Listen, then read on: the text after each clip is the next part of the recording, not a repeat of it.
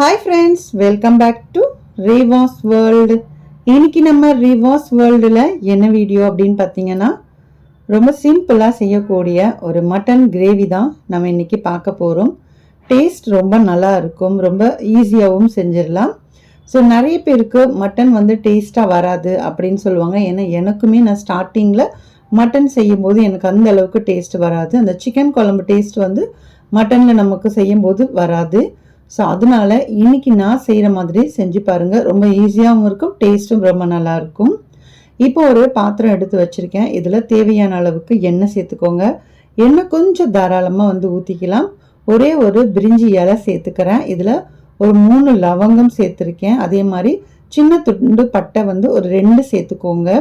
அதே மாதிரி கொஞ்சம் ஜீரகம், அப்புறம் வந்து சோம்பு, ஏலக்காய், இது எல்லாமே கொஞ்சம் கொஞ்சமாக சேர்த்துக்கோங்க. அதிகமாக சேர்க்கணும்னு அவசியம் இல்லை. ஏன்னா இன்னைக்கு 1/2 கிலோ அளவுக்கு தான் நம்ம மட்டன் வந்து செய்ய போகிறேன்.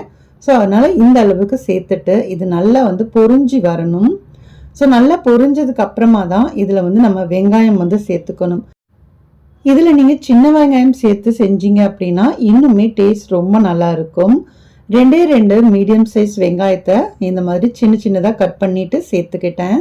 ஸோ இதுவுமே ஓரளவுக்கு நல்ல கலர் வந்து லைட்டாக மாறி வரும்போது இதில் நம்ம தக்காளி சேர்த்துக்கணும். தக்காளி பார்த்தீங்க அப்படின்னா மீடியம் சைஸ் தக்காளியில் 2 சேர்த்தா போதும்.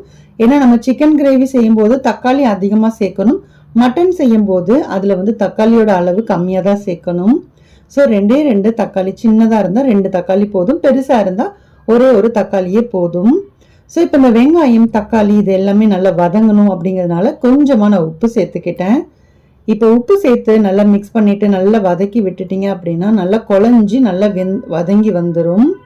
ஸோ இப்போ இதில் வந்து 2 டேபிள் ஸ்பூன் அளவுக்கு இஞ்சி பூண்டு பேஸ்ட் இதையுமே நம்ம சேர்த்துட்டு இஞ்சி பூண்டோட பச்சை வாசனை போகிற அளவுக்கு நல்லா வதக்கி விட்டுருங்க. இப்போ இது நல்லா வதங்கி வந்ததுக்கு அப்புறமா இப்போ இதில் மசால் தூள் வந்து நம்ம சேர்த்துக்கலாம். 2 டீஸ்பூன் அளவுக்கு கொத்தமல்லி பொடி, 1 டீஸ்பூன் மிளகாத்தூள் வந்து சேர்த்துக்கிறேன். ஸோ இது கூட கொஞ்சமாக ஒரு 1/4 டீஸ்பூன் அளவுக்கு மஞ்சள் தூள் சேர்த்தா போதும், அதிகமாக சேர்க்க வேண்டாம். நம்ம மிளகுத்தூள் எல்லாமே சேர்க்க போகிறோம் அப்படிங்கிறதுனால 1 டீஸ்பூன் அளவுக்கு தான் நான் மிளகாத்தூள் சேர்த்துக்கிறேன். சப்போஸ் உங்களுக்கு காரம் நல்லா சாப்பிடுவீங்க அப்படின்னா நீங்கள் மிளகுத்தூளை நீங்கள் எக்ஸ்ட்ரா போட்டுக்கலாம். சப்போஸ் நீங்கள் காரம் கம்மியாக தான் சாப்பிடுவீங்க அப்படின்னா இந்த மிளகாத்தூளை குறைச்சிட்டு அந்த டைமில் நீங்கள் மிளகுத்தூளை கொஞ்சம் இன்னும் எக்ஸ்ட்ராவாக நீங்கள் ஆட் பண்ணிக்கலாம். இப்போ இதில் ஒரு 2 டீஸ்பூன் அளவுக்கு அந்த மிக்ஸி ஜாரை கழுவிட்டு அந்த தண்ணி சேர்த்து நல்லா மிக்ஸ் பண்ணி விட்டுக்கிட்டேன். ஸோ இப்போ இந்த மசாலா இது எல்லாமே பார்த்தீங்கன்னா எண்ணெயிலே நல்லா வதங்கி வரணும். அப்போ தான் அது கலர்ஃபுல்லாகவும் இருக்கும், அதே சமயம் டேஸ்ட்டும் ரொம்ப நல்லா இருக்கும். ஆல்ரெடி நான் மட்டனை வேக வச்சு எடுத்து வச்சுருக்கேன். மட்டன் கூட நான் வேறு எதுவுமே சேர்க்கலை. கொஞ்சமாக மஞ்சள் தூளும் 2 உப்பு மட்டும் சேர்த்து வேக வச்சுருக்கேன். ஸோ இதில் எதுவுமே சேர்க்கலை, அதனால் அப்படியே சேர்த்துட்டேன். ஸோ கொஞ்சமாக தண்ணியோடு இருந்துச்சு அந்த மட்டன். ஸோ அந்த அளவுக்கு நம்ம சேர்த்துக்கிட்டோம்னா கரெக்டாக இருக்கும். ஸோ இப்போ இது எல்லாத்தையுமே நல்லா மிக்ஸ் பண்ணி விட்டுக்கலாம். இப்போ நம்ம சேர்த்த மசாலா கூட சேர்த்து இந்த மட்டன் வேகணும். மட்டன் பார்த்தீங்க அப்படின்னா ஒரு 80 to 90% வந்து உங்களுக்கு மட்டன் வெந்துச்சு அப்படின்னாலே போதும்.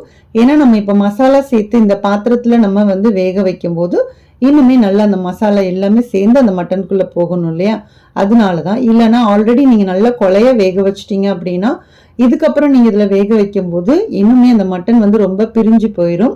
ஸோ அதனால பார்த்துக்கோங்க. இப்போ இதுக்கு தேவையான அளவுக்கு உப்பு இதெல்லாம் சேர்த்துட்டு கொஞ்சமாக மல்லி இலை சேர்த்துக்கிறேன். சேர்த்துட்டு நல்லா இந்த மாதிரி மிக்ஸ் பண்ணி விட்டுக்கோங்க. ஸோ நம்ம இன்னும் மிளகுத்தூள் வந்து நான் சேர்க்கலை. மிளகுத்தூள் கூட பார்த்தீங்க அப்படின்னா 1 டீஸ்பூன் மிளகு எடுக்கிறீங்க அப்படின்னா 1 டீஸ்பூன் அளவுக்கு ஜீரகம் எடுத்துக்கோங்க. 1/2 டீஸ்பூன் அளவுக்கு சோம்பு, அதே மாதிரி ஒரு 1/2 டீஸ்பூன் வந்து கொத்தமல்லி விதை, இது எல்லாமே சேர்த்துட்டு லைட்டாக வறுத்துக்கோங்க. ரொம்ப வறுக்கணும்னு அவசியம் இல்லை, லைட்டாக வறுத்துட்டு அதை வந்து மிக்ஸி கப்பில் சேர்த்து அரைச்சி அந்த பவுடர் நான் எடுத்து வச்சிருக்கேன். ஸோ அந்த பவுடர் சேர்க்கும் போது இன்னும் இந்த மட்டன் குழம்புக்கு நல்ல ஒரு வாசனை வந்து உங்களுக்கு கிடைக்கும். அதே மாதிரி மட்டன் குழம்புல நம்ம உருளைக்கிழங்கு சேர்த்தா பிடிக்கும் அப்படின்னா நீங்கள் உருளைக்கிழங்கும் சேர்த்துக்கலாம். எனக்கு உருளைக்கிழங்கு சேர்த்தா ரொம்ப பிடிக்கும் அப்படிங்கிறதுனால நான் கொஞ்சம் உருளைக்கிழங்கு ஒரு 2-3 கிழங்கு இருந்துச்சு சின்ன சின்னதாக. ஸோ அந்த ஒரு 3 கிழங்கு நான் அந்த மாதிரி நீளமாக கட் பண்ணிவிட்டு சேர்த்துக்கிட்டேன். ஏன்னா நமக்கு மட்டன் வேகணும் இல்லையா, அதனால கொஞ்சம் பெரிய பெரிய உருளைக்கிழங்காக கட் பண்ணி சேர்த்துக்கோங்க. ஏன்னா குட்டி குட்டியாக சேர்த்தீங்க அப்படின்னா அதுவுமே கரைஞ்சு போனாலும் போயிடும். ஸோ அதனால நல்ல பெரிய பெரிய சைஸாக கட் பண்ணி அதையுமே சேர்த்துக்கிட்டேன். ஸோ இப்போ வந்து நான் சொன்னேன் இல்லையா, அந்த மசாலா மிளகு ஜீரகம் இதெல்லாம் சேர்த்துருந்தேன்னு சொன்னேன் இல்லையா, அதில் இருந்து ஒரு 3/4 டீஸ்பூன் அளவுக்கு நான் சேர்த்துக்கிறேன். ஸோ உங்களோட காரத்தை செக் பண்ணிவிட்டு வேணும் அப்படின்னா நம்ம இன்னும் எக்ஸ்ட்ராவும் ஆட் பண்ணிக்கலாம், அது பற்றி தப்பு கிடையாது. ஆனால் முதலே நம்ம நிறைய சேர்த்துட்டோம் அப்படின்னா ரொம்ப காரமாக இருக்கும் சாப்பிட்றதுக்கு. அதனால் முதல்ல கொஞ்சமாக சேர்த்துட்டு மறுபடியும் கொஞ்சம் செக் பண்ணி பார்த்துட்டு தேவைப்பட்ட நம்ம ஆட் பண்ணிக்கலாம். எனக்கு இது கரெக்டாகவே இருந்தது. ஸோ ஒரு மூடி போட்டுட்டு கொஞ்ச நேரம் நல்லா வேக வச்சுக்கோங்க. இப்போ இது கூட நீங்கள் தேவைப்பட்டால் மட்டன் மசாலாவும் உங்களுக்கு பிடிக்கும் அப்படின்னா அதுவுமே நீங்கள் ஒரு 1/2 டீஸ்பூன் சேர்த்துட்டு ஒன்ஸ் நல்லா மிக்ஸ் பண்ணி விட்டுட்டு இதை ஒரு மூடி போட்டுருங்க.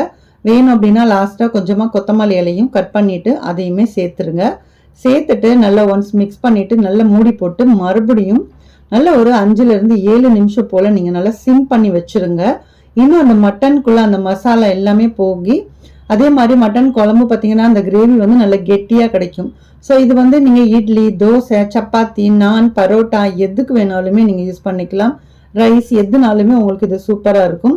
கண்டிப்பாக நீங்களும் இதே மாதிரி ட்ரை பண்ணி பாருங்கள். இப்போ நான் மறுபடியும் மூடி போட்டுட்டு நல்லா சிம் பண்ணி எடுத்து வச்சிடுறேன். அவ்வளோதான், ரொம்ப சூப்பரான டேஸ்டான மட்டன் கிரேவி வந்து ரெடி. இந்த வீடியோ உங்களுக்கு பிடிச்சிருக்கும் அப்படின்னு நான் நினைக்கிறேன். வீடியோ பிடிச்சிருந்தா வீடியோக்கு ஒரு லைக் கொடுங்க. அதே மாதிரி நம்மளோட ரிவாஸ் வேர்ல்ட் சேனலை இது வரைக்கும் நீங்கள் சப்ஸ்கிரைப் பண்ணல அப்படின்னா ப்ளீஸ் சப்ஸ்கிரைப் பண்ணிட்டு சப்போர்ட் பண்ணுங்க. நெக்ஸ்ட் ஒரு இன்ட்ரெஸ்டிங்கான வீடியோட மீண்டும் உங்களை வந்து சந்திக்கிறேன். பாய். தேங்க்ஸ் ஃபார் வாட்சிங்.